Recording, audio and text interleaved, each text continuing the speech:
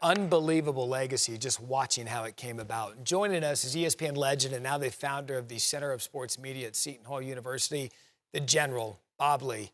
Bob, you're in that. You were here. You're a 1979er. No one can explain this better than you. What did Bill mean to ESPN? I tell you, to be in a room with Bill was to feel his infectious enthusiasm, the energy he brought. This was a network he conceived of in the innermost ring of hell, which is Friday afternoon traffic, Waterbury, I-84. He and Scott in the car. If you're a nutmegger, you know what I'm talking about with that traffic. Who kept it alive, blowing this campfire and keeping it alive, maxing out his credit cards at one point to make sure we got up on the satellite.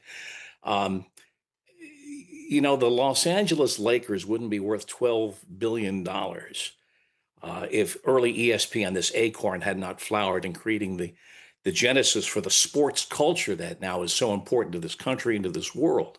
And so much of that comes back to Bill Rasmussen. And can you think of one man with one idea? Ford in the car, Edison and the light bulb, cable sports 24/7, and Bill Rasmussen. It's iconic. I want to go back to the beginning with you. Because if I'm not mistaken, you joined 3 days after the network's launch. What can you just tell us about Bill's vision back then? And what did you just think of this big, unfathomable idea that he had? I mean, there was so much work for everybody. So we weren't really looking at the horizon. We were kind of looking at the prey in front of us who were nipping at our heels to keep the shows on the air. But I will tell you that 24/7 was the goal, and Bill's idea was so infectious. It was obvious this was a guy who was a great salesman, as I said, to be around him.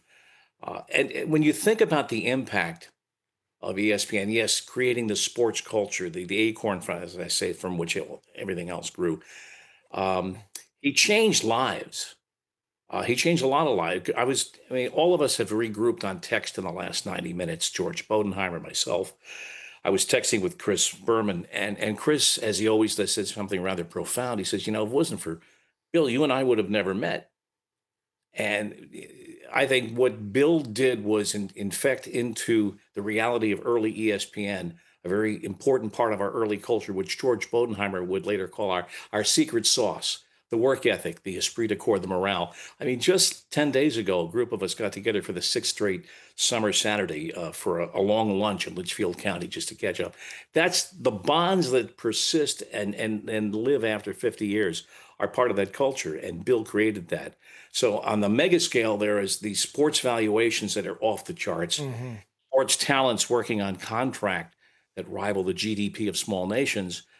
You can trace that back to Bill, and which I will, but I trace so many friendships and life-changing moments back to being with Bill and his idea in 1979. It's just hard for people who haven't worked here to understand the connectivity for those who took a chance on a place in central Connecticut in a time where cable TV didn't exist, and now lifelong friends and mentors and people that have guided you throughout your life and career.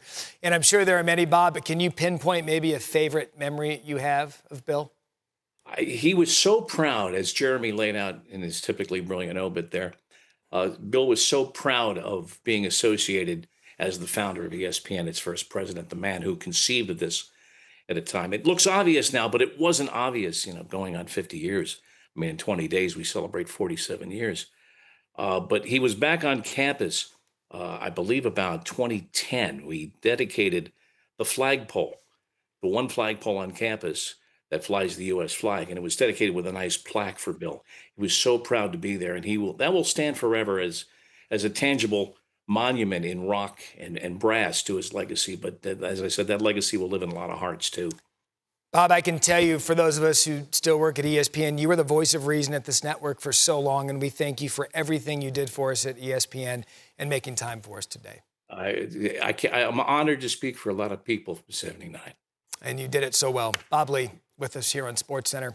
ESPN Chairman Jimmy Pitaro released this statement saying Bill was a remarkable man, a visionary and an innovator who conceived the idea of a network entirely devoted to sports. Quite simply, none of us would be here today if it wasn't for Bill's passion and all the hard work and entrepreneurial spirit he put into building ESPN in the late 1970s.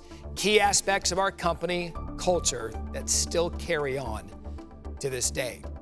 And I know one of Jimmy's favorite moments with Bill came on September 8th, 2019, when Bill threw out the ceremonial first pitch at Fenway Park. Jimmy was there to catch it, and he's a Yankees fan, so that showed you how much he loved Bill to be there to make that catch. They were celebrating ESPN's 40th anniversary.